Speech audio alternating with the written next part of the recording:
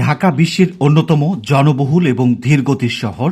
এই শহরের বুকে আধুনিক যাতায়াতের প্রথম স্বস্তির নাম মেট্রো রেল।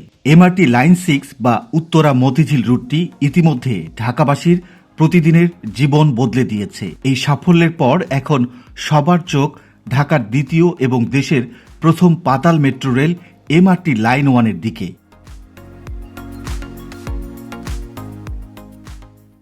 বিমানবন্দর থেকে কমলাপুর এবং নতুন বাজার থেকে পূর্বাচল, এই 31 কিলোমিটার দীর্ঘ মেট্রো রেল লাইনটি নিয়ে আমাদের স্বপ্নের অন্ত নেই।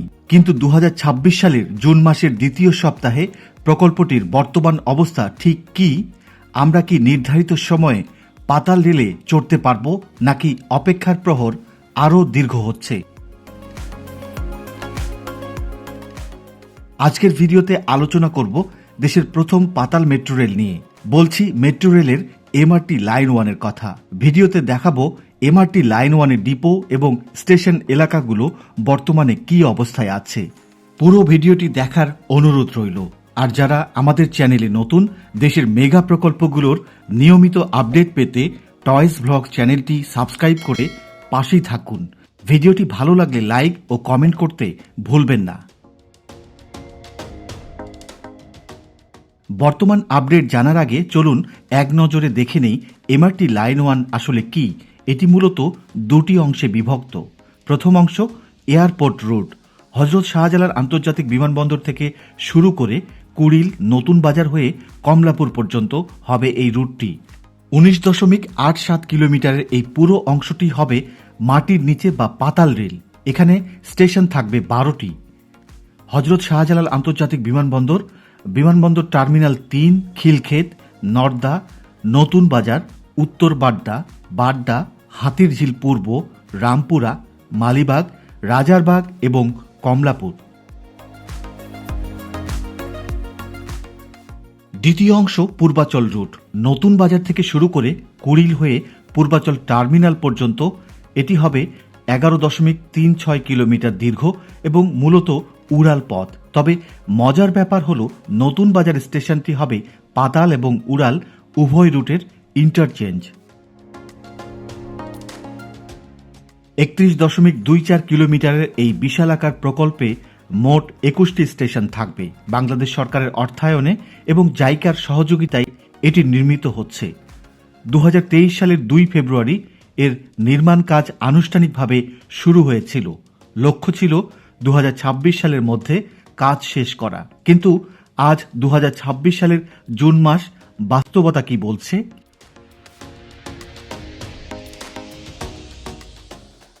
2023 সালের 2 ফেব্রুয়ারি দেশের প্রথম পাতাল মেট্রো রেলের নির্মাণ কাজের উদ্বোধন করা হয়। নারায়ণগঞ্জের রূপগঞ্জে শীতলক্ষ্যা নদীর ধারে পিতলগঞ্জে ডিপো নির্মাণের মাধ্যমে শুরু হয় এই প্রকল্পের কাজ। সেই সময় ডিপো এলাকায় ব্যাপকভাবে নির্মাণ কাজ শুরু হয়। প্রথমেই মাটি ভরাটের মাধ্যমে ডিপোতে ভূমি উন্নয়নের কাজ শুরু হয়। সে সময় এই ডিপোতে সারি সারি এক্সকেভেটর, ট্রাক সহ আধুনিক যন্ত্রপাতি দিয়ে চলে নির্মাণ কর্মযজ্ঞ। দেশি বিদেশি প্রকৌশলী ও আধুনিক যন্ত্রপাতি দিয়ে কাজ চললেও 3 বছরের বেশি সময় ধরে কোনো অবকাঠামো গড়ে ওঠেনি এখানে। জুনের 10 তারিখে পিতলগঞ্জের ডিপো এলাকায় গিয়ে অবাক হয়েছি।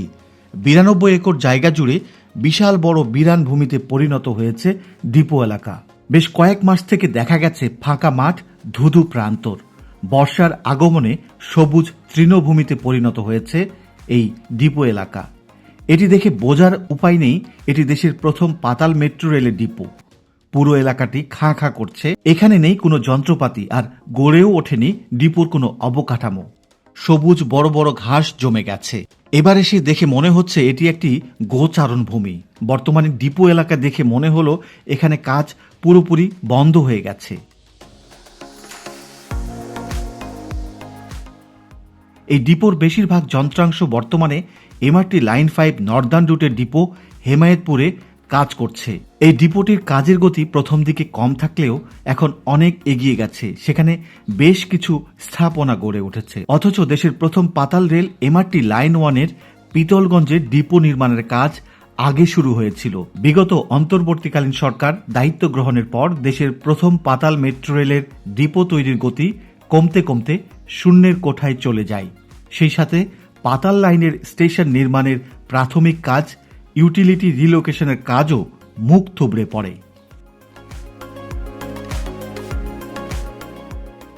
তবে আশার খবর হলো বর্তমান সরকার জনগণের দ্রুত যাতায়াত নিশ্চিত করার লক্ষ্যে মেট্রো রেল প্রকল্পগুলি দ্রুত বাস্তবায়নের ব্যাপারে আগ্রহী, যেটা বিগত অন্তর্বর্তীকালীন সরকারের সময়ে লক্ষ্য করা যায়নি।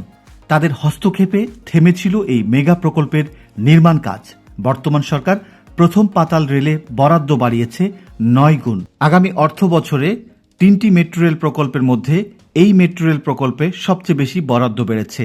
বরাদ্দ রাখা হয়েছে 7,350 কোটি টাকা, যা চলতি অর্থ বছরের তুলনায় 9 গুণ বেশি। চলতি অর্থ বছরে সংশোধিত বরাদ্দ ছিল মাত্র 801 কোটি টাকা।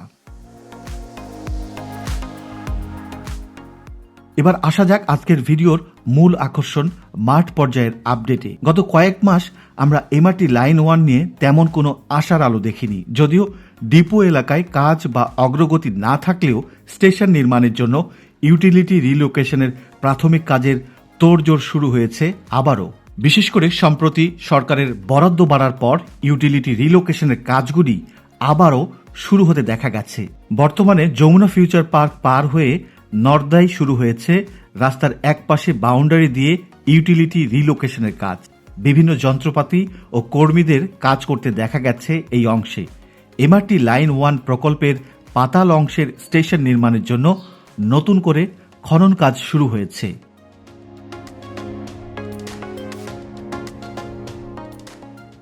এবার নতুন বাজারে দেখা গেল কাজের ব্যাপ্তি আরও বেড়েছে। এই মোড়ে রাস্তার দুপাশে মোট 4টি স্থানে খনন করা হয়েছে ইউটিলিটি রিলোকেশনের জন্য। নর্দা থেকে নতুন বাজার অভিমুখে আসার পথে নতুন বাজার মোড়ের প্রায় 300 মিটার আগে সার্ভিস লেনের সড়কে গত 1 বছরের বেশি সময় ধরে চলছে ইউটিলিটি রিলোকেশনের কাজ। তবে এই জায়গাগুলি পড়ে থাকলেও এবার এসে দেখা গেল বাউন্ডারি দেয়া অংশগুলিতে বিশাল বড় সাইজের খনন করা হয়েছে। এই কাজগুলি মূল সড়ক ছেড়ে সার্ভিস লেনের ভেতরে করা হয়েছে। সর্বসাধারণের চলাচলের সুবিধার কথা চিন্তা করে এই অংশগুলিতে দিনের বদলে রাতের বেলা কাজ করা হয়। নতুন বাজার মোড়ের 300 মিটার আগে থেকে মাদানী এভিনিউয়ের প্রবেশমুখ পর্যন্ত অংশের পর ভাটারা থানা পার হয়ে বাড্ডা অভিমুখে যাবার পথে দেখা যাবে মূল সড়কের মতো ভেতরের সড়কেও শুরু হয়েছে ইউটিলিটি রিলোকেশনের কাজ। এর ঠিক উল্টো দিকে আমেরিকান এম্বাসির সামনে সার্ভিস লেনের বিশাল অংশ জুড়ে চলছে ইউটিলিটি রিলোকেশনের কাজ। এছাড়াও মূল সড়কের উপর লোহার পাত দিয়ে এখানে বেশ জোরে সোরে শুরু হয়েছে ইউটিলিটি রিলোকেশনের কাজ। আমেরিকান এম্বাসির প্রধান ভবনের সামনের সড়কে অনেক গভীর করে খনন করা হয়েছে। এখানেও প্রায় 8-10 মাস আগে থেকে দেখা যাচ্ছে এভাবে চলছে ইউটিলিটি রিলোকেশনের কাজ। আমেরিকান দূতাবাস বরাবর সড়কের পর বাড়িধারা সড়কের ভেতরের অংশেও দীর্ঘ 2 বছর ধরে খনন করে রাখা হয়েছে।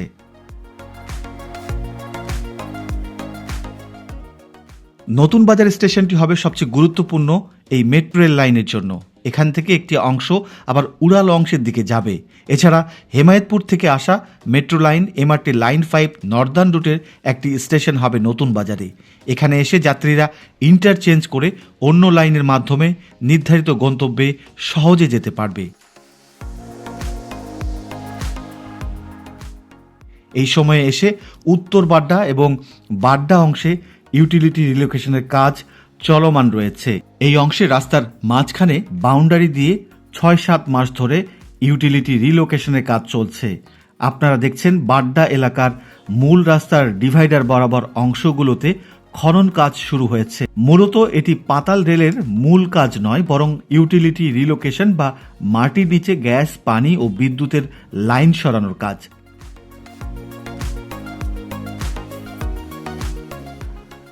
রাস্তার ঠিক মাঝখানে ডিভাইডার বরাবর সরু করে গর্ত করা হয়েছিল এবং সেগুলো আবার ভরাট করে দেওয়া হয়েছে। স্বস্তির বিষয় হলো এখন পর্যন্ত এই খনন কাজের ফলে যান চলাচলে খুব বড় কোনো বিঘ্ন সৃষ্টি হয়নি। রাস্তা তেমন একটা সংকুচিত হয়নি, ফলে যানবাহন আগের মতোই চলাচল করতে পারছে। এর আগে প্রথম পাতাল রেলের সূচনা প্রান্ত বিমানবন্দর মোড়ের কাছে রেলওয়ে স্টেশন বরাবর প্রধান সড়কের উপর দীর্ঘ অংশ জুড়ে খনন করে ইউটিলিটি রিলোকেশনের কাজ করা হয়েছে। এরপর হযরত শাহজালাল আন্তর্জাতিক বিমানবন্দরের তৃতীয় টার্মিনালের সামনে প্রধান সড়কের ডিভাইডারের মাঝ বরাবর জায়গায় ইউটিলিটি রিলোকেশনের কাজও করা হয়। এরপর খিলক্ষেত মোড় এবং যমুনা ফিউচার পার্কের সামনে বিশাল আকারে খনন কর্মযজ্ঞের মাধ্যমে ইউটিলিটি রিলোকেশনের কাজ করা হয়েছে। বর্তমানে এসব জায়গায় কাজ করার পর মাটি ভরাট করে রাখা হয়েছে। গত ৩ বছর ধরে পাতাল রেলের ১২টি স্টেশনের মধ্যে ৭টি স্টেশন নির্মাণের জন্য ইউটিলিটি রিলোকেশনের কাজ করা হয়েছে।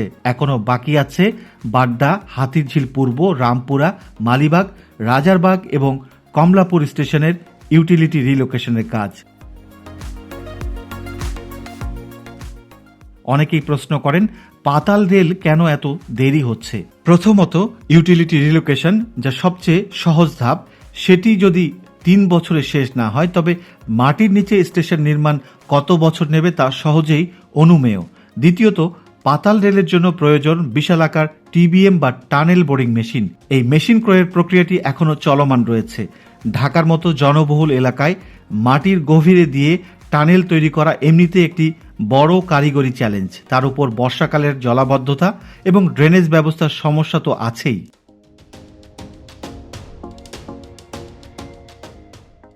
ইউটিলিটি রিলোকেশন শুধু নিরাপত্তা নিশ্চিতই করে না, বরং মেট্রো রেলের নির্মাণ কাজ দ্রুত ও নির্বিঘ্নভাবে এগিয়ে নিতে সহায়তা করে। ঢাকার মতো ঘনবসতিপূর্ণ শহরে এটি একটি জটিল ও সময় সাপেক্ষ প্রকৌশল কাজ। তবে প্রথম ধাপ সফলভাবে সম্পন্ন হওয়ার পরই শুরু হয় টানেল খনন, স্টেশন নির্মাণ এবং এমআরটি লাইন 1-এর মূল অবকাঠামো নির্মাণের কাজ।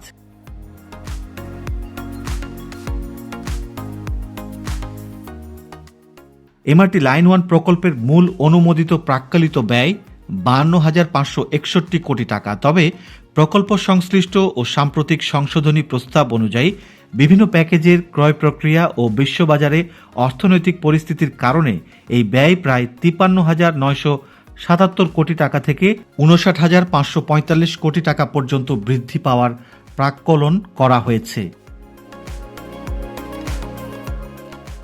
এই ব্যয়ের সিংহভাগ প্রায় 39,450 কোটি টাকা বা তার বেশি উন্নয়ন সহযোগী সংস্থা জাইকা সহজ শর্তে ঋণ হিসেবে প্রদান করছে এবং বাকি অংশ বাংলাদেশ সরকার নিজস্ব তহবিল থেকে বহন করছে।